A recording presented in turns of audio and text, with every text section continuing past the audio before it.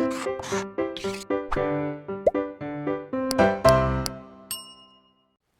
Students, welcome back to blueprint digital. आज की इस वीडियो में हम जीव और उसके पर्यावरण यानी कि ऑर्गेनिज्म एंड इट्स एनवायरनमेंट, पर्यायवास यानी कि हैबिटेट और इकोलॉजिकल कर्मता यानी कि इकोलॉजिकल निक के बारे में पढ़ेंगे। वीडियो को स्टार्ट करने से पहले हमारे चैनल को सब्सक्राइब करें और बेल आइकन दबाना न भूलें, जिससे हमारे लेटेस्ट वीडियोस की नोटिफिकेशन आपको प्राप्त होती रहे। अब हम आज के टॉपिक पर आते हैं। जैविक स्तर पर यानी कि जीव के स्तर पर यानी कि लिविंग ऑर्गेनिज्म के स्तर पर, तो जैविक स्तर पर जो पारिस्थितिकी है यानी कि इकोलॉजी है, वो प्रमुख रूप से कार्य की पारिस्थितिकी यानी कि फिजियोलॉजिकल पारिस्थितिकी है। फिजियोलॉजिकल का मतलब होता है जो किसी भी जीव के फंक्शन से संबंधित ब्रांच होती है, हम उसे फिजियोलॉजी बोलते हैं। तो किसी भी जीव की जो जैविक स्तर पर पारिस्थितिकी यानी कि इकोलॉजी होती है, वो उसकी फिजियोलॉजिकल इकोलॉजी कहलाती है। और इकोलॉजी की वह शाखा जो जीवों के जीवित रहने और सफल प्रजनन हेतु यानी कि जीवों के जीवित रहने और सफल प्रजनन हेतु हुए पर्यावरणीय अनुकूलनों यानी कि अडेप्टेशंस के अध्ययन से संबंधित होती है, वो फिजियोलॉजिकल इकोलॉजी यानी कि कार्य की पारिस्थितिकी कहलाती है। यानी कि जो इकोलॉजी या पारिस्थितिकी जो जीवों में जीवित रहने और सफल प्रजनन हेतु जो उनमें पर्यावरणीय अनुकूलन या पर्यावरणीय यानी कि इन्वायरमेंटल अडेप्टेशंस बनती हैं, पाई जाती हैं, या उसके अंदर जो अडेप्टेशंस हुई हैं उनका जो अध्ययन होता है वो हम इकोलॉजिकल पारिस्थितिकीय इस प्रकार की पारिस्थितिकी में करते हैं, यानी कि कायिकीय पारिस्थितिकी में करते हैं, यानी कि फिजियोलॉजिकल इकोलॉजी में करते हैं। किसी भी स्थान पर जो ताप की तीव्रता होती है और वो कितने समय तक रहता है ताप वहाँ पर, और जो वार्षिक बदलाव होते हैं उनके अंदर, तापमान के अंदर जो वार्षिक बदलाव होते हैं, वो किसी भी जगह के मौसमों यानी कि सीजन्स का निर्माण करते हैं। ताप के जो इन बदलावों का कारण है वो हम पढ़ेंगे, लेकिन इससे पहले हमें दो चीज़ें समझ में आनी चाहिए कि मौसम और जलवायु क्या होते हैं। मौसम और जलवायु, तो मौसम का मतलब होता है वेदर और जलवायु का मतलब होता है क्लाइमेट। बहुत बेसिक टर्म है। तो वेदर या मौसम का मतलब क्या है? किसी भी स्थान पर जो वातावरणीय परिस्थितियां हैं, जब वो उनका हम थोड़े स्तर पर देखते हैं, यानी कि थोड़े समय के लिए किसी जगह की वातावरणीय परिस्थितियां मौसम यानी कि वेदर कहलाती हैं। जैसे एक दिन के लिए या 2 दिन के लिए जो वातावरणीय परिस्थितियां होती हैं उसको हम मौसम बोलते हैं, यानी कि वेदर बोलते हैं। जैसे हमने कहा कि आज बारिश होगी, तो ये आज का वेदर है, आज का मौसम है, लेकिन ये क्लाइमेट नहीं है। लेकिन क्लाइमेट का मतलब क्या होता है कि जो औसत वेदर होता है यानी कि मौसम होता है, जो लंबे समय के लिए, तो 1 महीना 2 महीने के लिए बात अगर हम करें, तो लंबे समय का जो वेदर होता है वो क्लाइमेट कहलाता है। और वेदर यानी कि मौसम का मतलब 1 या 2 दिन या कम समय के लिए जो वातावरणीय कंडीशंस होती है, वातावरणीय परिस्थितियां होती हैं, उन्हें हम क्या बोलते हैं? मौसम यानी कि वेदर कहते हैं। और जब वो ज़्यादा समय का मौसम होता है, ज़्यादा समय का वेदर होता है, उसको हम क्लाइमेट बोलते हैं। तो किसी भी स्थान पर जो ताप की तीव्रता है यानी कि इंटेंसिटी ऑफ हीट है, लाइट हीट है, और उसकी अवधि, कितने अवधि तक वो पड़ता है, और उसमें जो वार्षिक बदलाव होते हैं वो वहाँ के मौसमों का निर्धारण करते हैं कि ठंड रहती है, गर्मी रहती है, मॉडरेट टेम्परेचर रहता है। और ताप का जो ये प्रभाव होता है वो मुख्यतः 3 कारणों से होता है। ये ताप में जो अंतर आता है वो 3 कारणों से आता है। नंबर 1, पृथ्वी द्वारा सूर्य की जो परिक्रमा होती है यानी कि रिवोल्यूशन। जब सूर्य के चारों तरफ पृथ्वी रिवॉल्व होती है, रिवोल्यूशन करती है, इसको हम रिवोल्यूशन बोलते हैं। तो पृथ्वी लगातार 2 तरह की गति करती है। पृथ्वी अपने अक्ष पर भी घूमती है और पृथ्वी सूर्य के चारों तरफ एक ऑर्बिट में भी घूमती है, उसके चारों तरफ भी चक्कर लगाती है। तो पृथ्वी द्वारा सूर्य की परिक्रमा या जिसे हम क्या बोलते हैं, रिवॉल्यूशन बोलते हैं, करने के कारण और प्लस पृथ्वी के द्वारा अपने ही अक्ष पर जो घूर्णन होता है, इसको हम बोलते हैं रोटेशन। तो रिवॉल्यूशन का मतलब होता है सन के चारों तरफ जो घूर्णन होता है पृथ्वी का, उसे हम रिवॉल्यूशन बोलते हैं, और जो अपने ही अक्ष पर होता है उसको हम बोलते हैं रोटेशन। तो पहला कारण क्या है जिसके कारण ताप की इंटेंसिटी में, ताप की अवधि में, ताप के वार्षिक बदलाव में अंतर आता है, वार्षिक बदलाव होते हैं, वो पहला है पृथ्वी द्वारा सूर्य के चारों तरफ घूर्णन यानी परिक्रमा करना, जिसे हम क्या बोलते हैं, रिवॉल्यूशन, और पृथ्वी के द्वारा अपने ही अक्ष पर घूर्णन, इसको हम बोलते हैं घूर्णन और उसको बोलते हैं परिक्रमा, और घूर्णन को बोलते हैं rotation of the earth on its axis. तो इन दो कारणों के कारण ही ताप में परिवर्तन आता है। दूसरा, पृथ्वी के अपने अक्ष का झुकाव होना। पृथ्वी एक तरफ थोड़ी सी टिल्टेड होती है, झुकी हुई होती है। पृथ्वी के अपने अक्ष के पर झुका होने कारण सौर विकिरण में आई भिन्नता, यानी कि जो झुकी हुई होने के कारण जो सौर्य का विकिरण, सूरज का विकिरण जो पृथ्वी पर पड़ता है उसमें भिन्नता आ जाती है, इसके कारण से तापमान में अंतर आता है। और तीसरा, ताप के इन परिवर्तनों के साथ साथ जो वार्षिक बरसात होती है, एनुअल प्रेसिपिटेशन होता है, वो भी जीवों के निर्माण में महत्वपूर्ण भूमिका निभाता है, क्योंकि जहां पर बारिश ज़्यादा होती है वहां पर टेम्परेचर कम हो जाता है। यानी कि जब बारिश होती है, हम खुद भी महसूस करते हैं कि जब एक दो दिन लगातार बारिश हो जाती है तो उस जगह का तापमान थोड़ा सा कम हो जाता है, थोड़ा सा ठंडा हो जाता है मौसम। तो वो किस कारण होता है कि जब बारिश जहाँ ज़्यादा होती है, अधिक होती है, वहाँ पर जो टेम्परेचर होता है वो कम हो जाता है।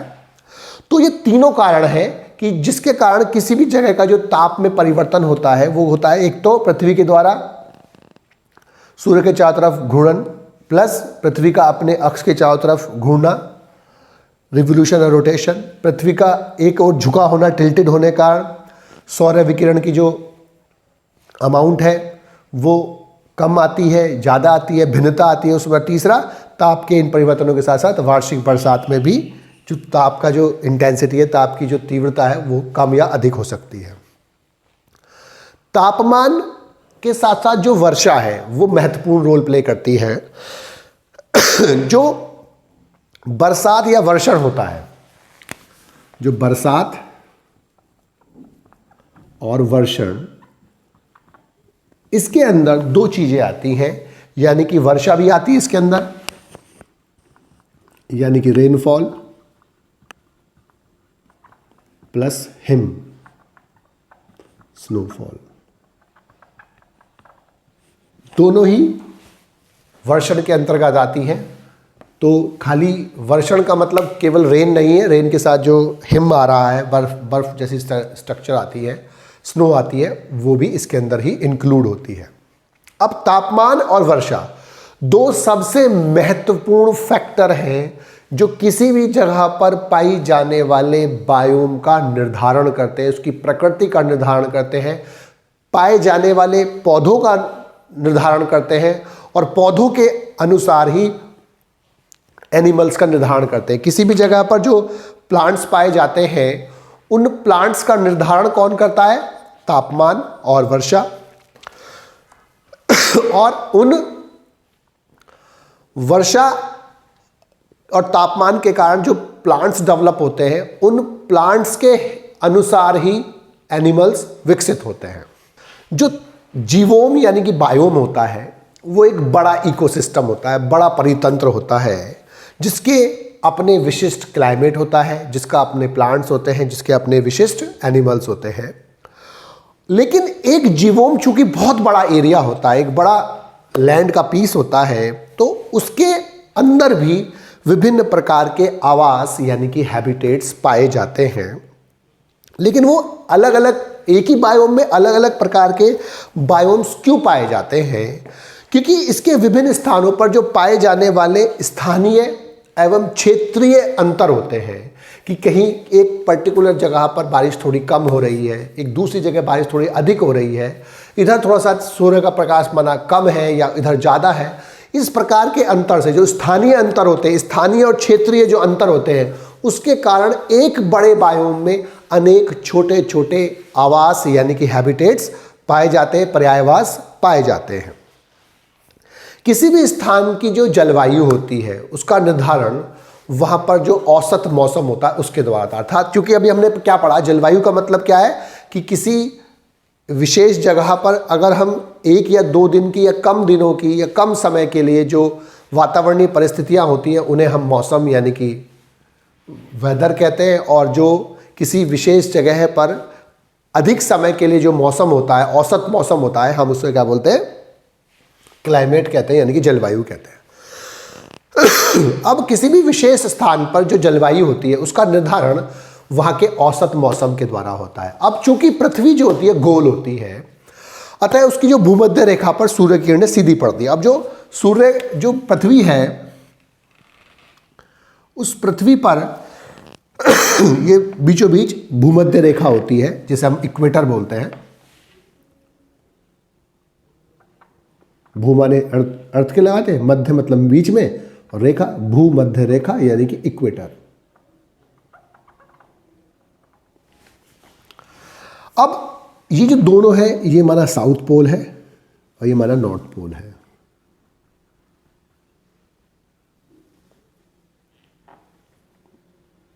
ये नॉर्थ पोल वाला और ये साउथ पोल।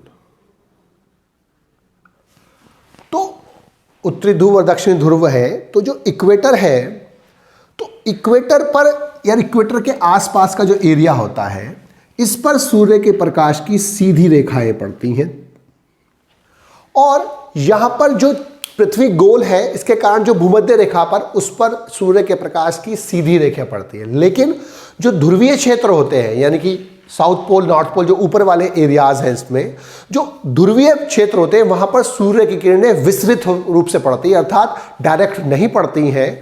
इसके फलस्वरूप यहां पर तापमान कम रहता है, यहां पर तापमान कम होता है, लेकिन यहां पर तापमान अधिक होता है, क्योंकि यहां पर सूर्य की प्रकाश की किरणें सीधी पड़ती हैं, विस्तृत रूप से नहीं पड़ती, लेकिन ध्रुवों पर विस्तृत रूप से पड़ती है। इसलिए यहां पर उष्ण कटिबंधीय यानी कि ट्रॉपिकल रीजन गर्म और ध्रुवीय क्षेत्र पोलर रीजन ठंडे होते हैं, क्योंकि यहां पर सीधे सूर्य की सीधी रेखाएं पड़ती हैं।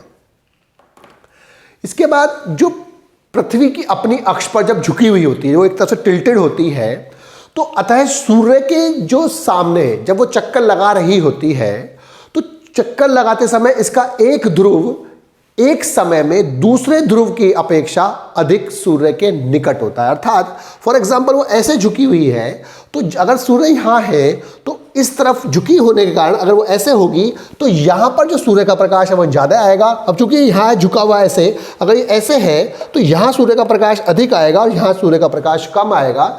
चूंकि ये थोड़ी झुकी हुई है तो इसीलिए यहाँ वाला जो एरिया होगा वो थोड़ा ज़्यादा गर्म होगा और इधर वाला थोड़ा एरिया कम होगा, क्योंकि सूर्य के प्रकाश की किरणें उस पर सीधी नहीं आ रही है, थोड़ी सी तिरछी होकर आ रही है।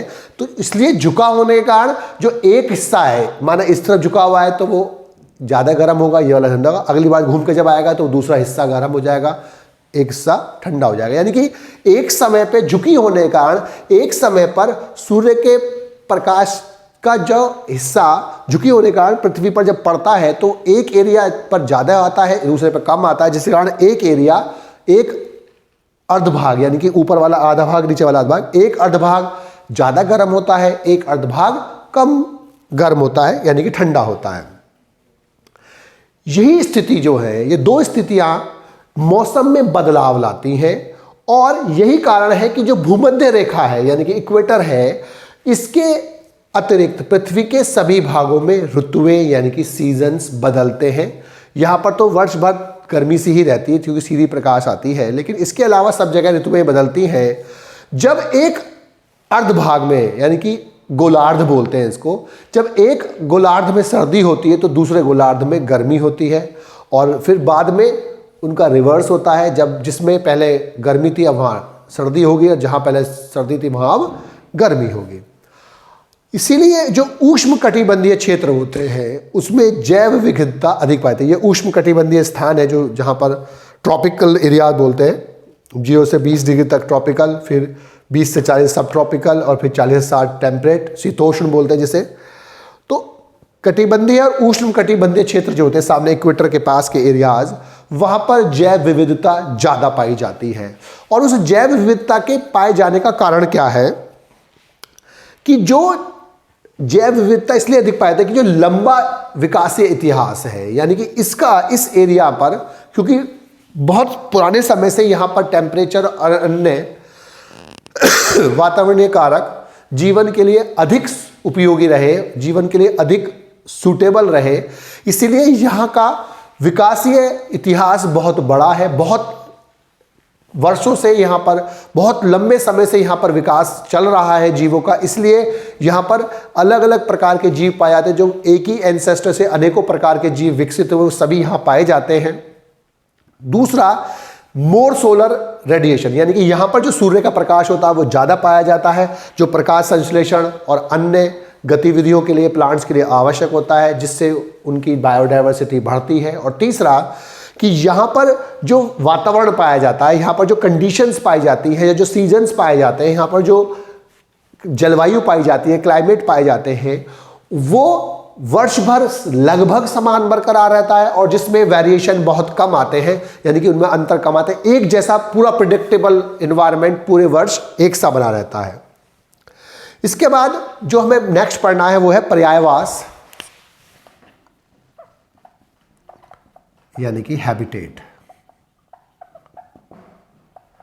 पर्यायवास यानी कि हैबिटेट का मतलब है कि एक ऐसा स्थान जहां पर कोई जीव रहता है, उसे हम क्या बोलते हैं, उसका हैबिटेट यानी कि पर्यायवास, यानी कि किसी भी जीव के रहने के स्थान को हम क्या बोलते हैं, पर्यायवास यानी कि हैबिटेट बोलते हैं। जैसे मेंढक का जो पर्यायवास है वो तालाब पोखर है, बाघ का जो पर्यायवास है वो वन है, बर्ड्स का जो पर्यायवास है वो बर्ड्स मैक्सिमम कहाँ रहती है, पेड़ों पर रहती है, आर्बोरियल बोलते हैं उनको। तो जहां पर कोई जीव रहता है हम उसको क्या बोलते हैं, पर्यायवास बोलते हैं। इसके बाद हमें जो पढ़ना है वो पढ़ना है पारिस्थितिक कर्मता। पारिस्थितिक कर्मता यानी कि इकोलॉजिकल निक, NICHE, कुछ लोग नीश भी बोलते हैं इसको। इकोलॉजिकल कर्मता जो टर्म था वो ग्राइनल ने दिया था, ग्राइनल ने टर्म दिया था पारिस्थितिक कर्मता। इसमें हमें बेसिकली दो बातें याद रखनी है। क्या कि किसी भी जीव का किसी भी इकोसिस्टम में यानी कि परितंत्र में किसी भी जगह पर जो फंक्शनल स्टेटस या उसका जो कार्य होता है वो इकोलॉजिकल नीश या इकोलॉजिकल निक कहलाता है। यानी कि किसी पारिस्थितिक तंत्र में, इकोसिस्टम में किसी जीव की कार्यात्मक भूमिका कि वो क्या फंक्शन परफॉर्म करता है वहाँ पर, उसको हम इकोलॉजिकल नीक बोलते हैं, इकोलॉजिकल रोल बोलते हैं इसका। और इस इकोलॉजिकल रोल को, पारिस्थितिकीय कार्य को हम क्या बोलते हैं, इकोलॉजिकल निक बोलते हैं, पारिस्थितिक कर्मता बोलते हैं।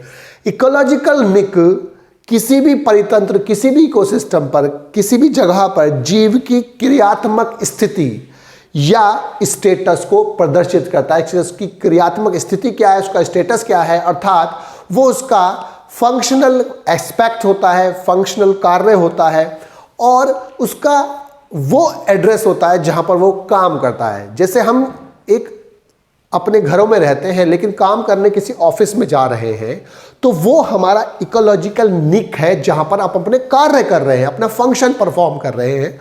किसी भी इकोलॉजिकल निक में बेसिकली 5 प्रकार के अवयव हम पढ़ते हैं या उसके अंदर हम अवयव आते हैं। क्या? पहला कि जीव का पर्यायवास, जीव का हैबिटेट, क्योंकि जिस जगह पर वो रह रहा है उसके आसपास ही वो जीव फंक्शन परफॉर्म कर रहा है। एक पर्टिकुलर एरिया में रहता है, एक बाघ एक जंगल में रह रहा है, उस पर्टिकुलर एरिया के आसपास के सभी एरिया में जहाँ पर वो रह रहा है वहाँ भी रहता है वो, और इसके अलावा वो किसी और जगह भी जाता है। एक मानो कोई बाघ है या कोई भी एनिमल है, वो एक गुफा में अंदर रह रहा है वो उसका हैबिटेट है, उसका पर्यायवास है, उसका वास स्थान है जहां पर वो रह रहा है। लेकिन अपने काम करने के लिए, चाहे वो अपना शिकार करने जा रहा है, अपना रिप्रोडक्शन करने जा रहा है, कोई भी काम करने जा रहा है, वो वहां से निकलकर एक दूसरे एरिया, लंबे एरिया तक पहुंचता है, तो वो उसका पर्यायवास भी उसके अंदर आता है। वो काम वहां भी कर सकता है, वही काम, खाने का काम माना फॉर एग्जांपल वो अपने अंदर कर रहा है, रिप्रोडक्शन वो अपने हैबिटेट में कर रहा है, तो कोई भी काम वो पर्यायवास में भी कर सकता है। तो पहला एस्पेक्ट जो हमें पढ़ना होता है वो उसका पर्यायवास होता है, हैबिटेट होता है। दूसरा, जीव की सक्रियता, कि वो जीव किस समय सक्रिय हो रहा है, दिन के समय सक्रिय हो रहा है, रात के समय सक्रिय हो रहा है। इसके आधार पर दो तरह के एनिमल्स पढ़ते हैं हम। एक होते हैं डाईयूर्नल यानी कि दिनचर, और दूसरे नॉकट्यूर्नल यानी कि रात्रिचर। जो जीव दिन में एक्टिव होते हैं वो डायूर्नल कहलाते हैं, जैसे ह्यूमंस होते हैं और बहुत सारे मैमल्स, बर्ड्स, ये सब क्या होते हैं, ज़्यादातर दिन में एक्टिव होती हैं। लेकिन कुछ एनिमल जैसे आउल है, कुछ कार्निवोर्स एनिमल जो मांसाहारी जीव होते हैं, शिकार करने के लिए आते हैं, तो ये रात में एक्टिव होते हैं। उन्हें हम क्या बोलते हैं, नॉकट्यूर्नल बोलते हैं, रात्रिचर बोलते हैं। अनेक इंसेक्ट्स होते हैं जो रात को एक्टिव होते हैं। तो जो दिन में एक्टिव होते हैं वो डायूर्नल, और जो रात को एक्टिव होते हैं वो नॉकट्यूर्नल, दिनचर और रातचर। तो ये जो पैटर्न है कि वो कब एक्टिव होता है, ये भी इकोलॉजिकल नीड का भाग है। तीसरा, कि पर्यायवास में जीव द्वारा प्राप्त होने वाले स्रोत, जो वो रिसोर्सेज ऑब्टेन कर रहा है, प्राप्त कर रहा है उस वास के स्थान से, वो भी हम इकोलॉजिकल नीड में पढ़ते हैं। जीव का जनन क्षेत्र, जीव किस एरिया में जनन करता है, वो उसका इकोलॉजिकल नीड है। और पांचवा, वातावरण जिसमें वो रहता है, वो भी इकोलॉजिकल नीड का पार्ट होता है, कि जिसके अंदर वो रहता है। तो बेसिकली हमें इसमें दो चीजें याद रखनी है कि जो इकोलॉजिकल नीड है वो उसमें किसी भी परितंत्र में जीव की क्रियात्मक भूमिका इकोलॉजिकल नीड कहलाती है। और इसमें पर्यावरण भी आता है, उसका वास स्थान भी आता है, सक्रियता का समय भी आता है, सक्रियता होती है, सोर्स रिसोर्सेज भी आते हैं, और जीव का जनन क्षेत्र भी इकोलॉजिकल नीड के अंदर ही आता है। बच्चों, आज की इस वीडियो में बस हम इतना ही पढ़ेंगे। हमारी इस वीडियो को आप लाइक करें और अपने दोस्तों के साथ शेयर करें। यदि आपका कोई डाउट है तो आप हमें कमेंट करके बता सकते हैं। इस अध्याय को और अच्छे से पढ़ने और समझने के लिए आप चित्रा प्रकाशन की बुक एक्टिव जीव विज्ञान की सहायता भी ले सकते हैं।